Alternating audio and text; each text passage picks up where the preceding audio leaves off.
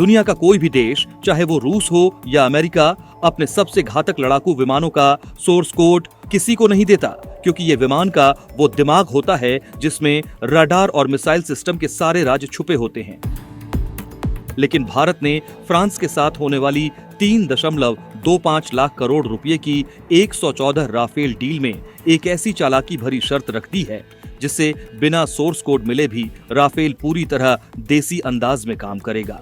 भारत ने साफ कह दिया है, विमान आपका होगा, लेकिन उसमें लगने वाला ट्रिगर और हथियार हमारे होंगे। चलिए समझते हैं भारत के इस मास्टर स्ट्रोक को। भारत सरकार 114 राफेल लड़ाकू विमानों की इस महाडील में ICD यानी इंटरफेस कंट्रोल डॉक्यूमेंट की शर्त जोड़ने जा रही है।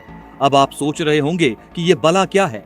आसान भाषा में समझें तो ये एक ऐसा टेक्निकल मैप या गाइड बुक है जो विमान और उसके हथियारों के बीच तालमेल बिठाता है। भारत चाहता है कि फ्रांस हमें ये डॉक्यूमेंट दे ताकि हम राफेल के अंदर अपनी स्वदेशी मिसाइलें और वेपन सिस्टम फिट कर सके। इससे फायदा ये होगा कि हमें हर छोटी मिसाइल के लिए फ्रांस पर निर्भर नहीं रहना पड़ेगा और हमारी अपनी अस्त्र जैसी घातक मिसाइलें राफेल से फायर हो सकेंगी। ये पूरी deal buy and make model पर आधारित है। कुल 114 विमानों में से सिर्फ 18 विमान फ्रांस से सीधे उड़कर तैयार हालत में भारत आएंगे। बाकी के 96 विमान भारत की धरती पर ही बनाए जाएंगे। इसमें सबसे बड़ी बात यह है कि इन 96 विमानों का 25% से ज्यादा हिस्सा पूरी तरह मेड इन इंडिया होगा।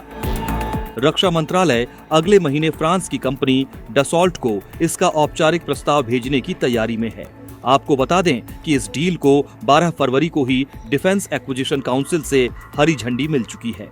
सोशल मीडिया पर एक बहस छिड़ी थी कि फ्रांस हमें सोर्स कोड क्यों नहीं दे रहा। डिफेंस एक्सपर्ट्स और मंत्रालय के अधिकारियों ने इस पर साफ कर दिया है कि सोर्स कोड किसी भी कंपनी की सबसे बड़ी प्रॉपर्टी होती है। इसमें रडार, फ्लाइट कंट्रोल और टारगेटिंग जैसे सेंसिटिव डेटा होते हैं। जैसे कोई मोबाइल कंपनी अपना ऑपरेटिंग सिस्टम किसी को नहीं देती, वैसे ही फाइटर जेट्स के मामले में भी होता है।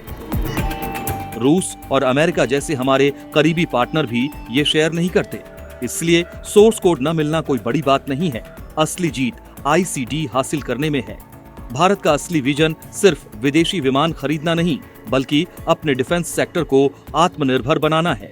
एक तरफ हम राफेल ला रहे हैं, तो दूसरी तरफ तेजस मार्क 1A लंबी दूरी की मिसाइलों और भविष्य के AMCA यानी एडवांस्ड मीडियम कॉम्बैट एयरक्राफ्ट पर तेजी से काम चल रहा है।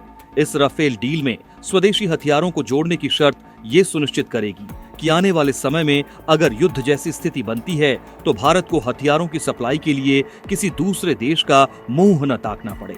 कुल मिलाकर 3.25 लाख करोड़ की ये डील सिर्फ आसमान में ताकत दिखाने के लिए नहीं है, बल्कि भारत के इंजीनियरों और डिफेंस कंपनियों के लिए एक बड़ा मौका है। जब राफेल जैसे वर्ल्ड क्लास विमान में भारत की बनी मिसाइलें लगेंगी तो पूरी दुनिया में भारतीय हथियारों का डंका बजेगा।